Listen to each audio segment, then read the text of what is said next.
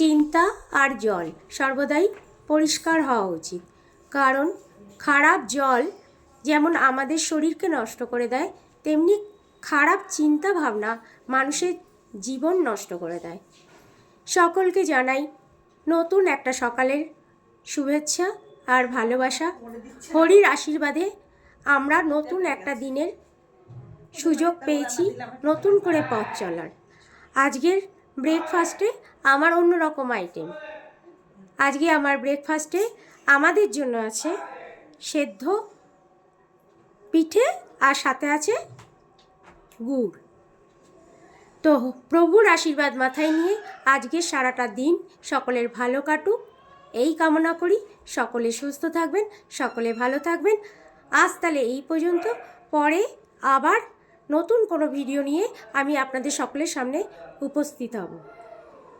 আজকের মতো টাটা।